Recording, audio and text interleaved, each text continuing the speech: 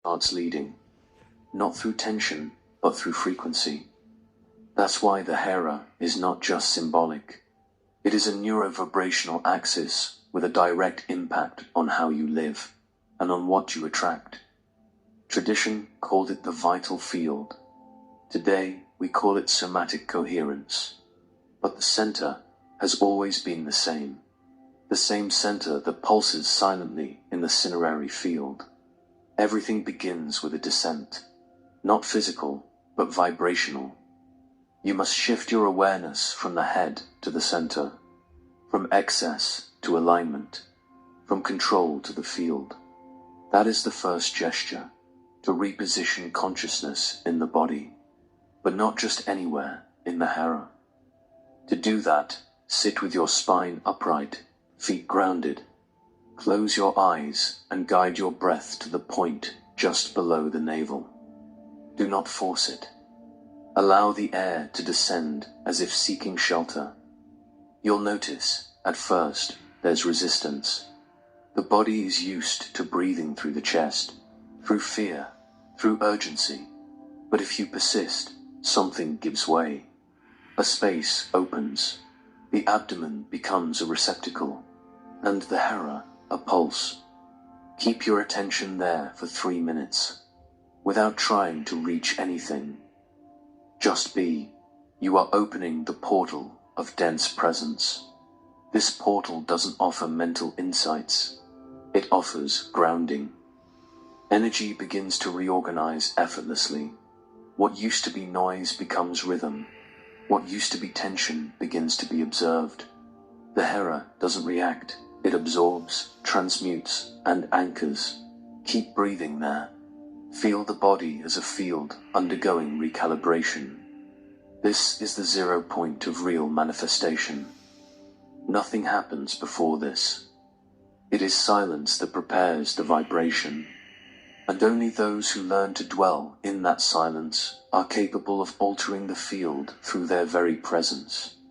It's not about imagining, it's about embodying, sitting in your own axis as if returning to the throne.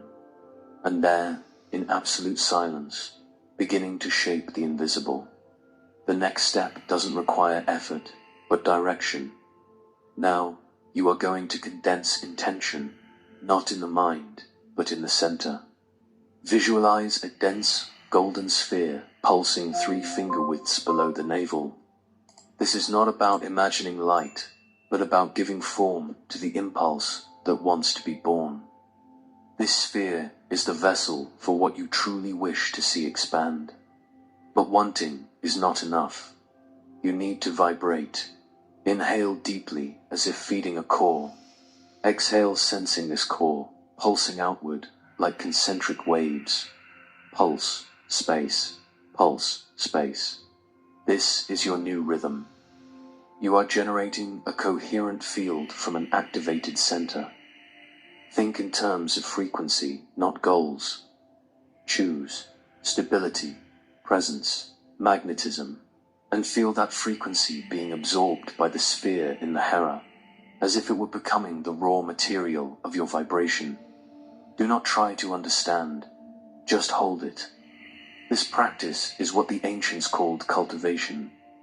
Today, we might call it conscious vibrational architecture. This is when the Hara stops being a point of support and becomes a transmitter. You are no longer operating from the mind. You are radiating form from the center. And what radiates from the center returns with precision. Not because you asked for it, but because you vibrated it. That's when everything begins to move. The field lights up, but it doesn't explode. It expands in silence, like a sun that doesn't burn but magnetizes. And then you understand, anchored vibration is not an end. It is a platform for continuous creation. The next step is integration, keeping the Hara awake as life unfolds. This is the key, to live centered without seeming absent, to move through demands without losing your axis, to speak from the center, to choose from the center, to look at the world without leaving yourself. For this, there are micro-adjustments that seal the field. Triangular breathing, inhale, hold, exhale, all from the lower belly. Vibrational pause. Before any decision, take 2 seconds to return inward. Postural presence, as you move. Notice if your abdomen leads the gesture. These practices create circuits of embodied coherence. You begin to act as if you were a living antenna. And that is exactly what you become. Because the Hara, once activated, does not turn off. It only grows silent when ignored. And now, you no longer ignore it. You feel it. You respond. You sustain it. The world notices. Energy responds. And the body, once divided, becomes an organ of subtle guidance. There is no effort. There is alignment. There is no longer a split between the spiritual and the everyday. Everything pulses in the same rhythm, because the Creator is home. Artificial lights, no windows. The room was too white for someone about to explode from the inside. At the center, a thin rug. Nothing else. Nathan walked in. He didn't ask questions. He didn't say hello. He sat down, as if something had pushed him there. The instructor didn't speak motivational words. Just one instruction. Breathe from below. Nathan didn't understand, but something in him gave way. He lay down with his eyes closed. The sound was deep, almost tribal. And for the first time in years, he didn't try to understand anything. He just breathed, deep, downward. And when the air touched the center, the vertigo came. Not from fear, but from reunion. As if his body revealed a name he had forgotten. Slowly, the tears began. But they didn't come from his eyes. They came from his lower belly. It was as if his body had stored a scream for decades, and now it was being released, without a sound. His abdomen pulsed like an ancient drum. There was no pain, there was return. As if something was saying, "You came back."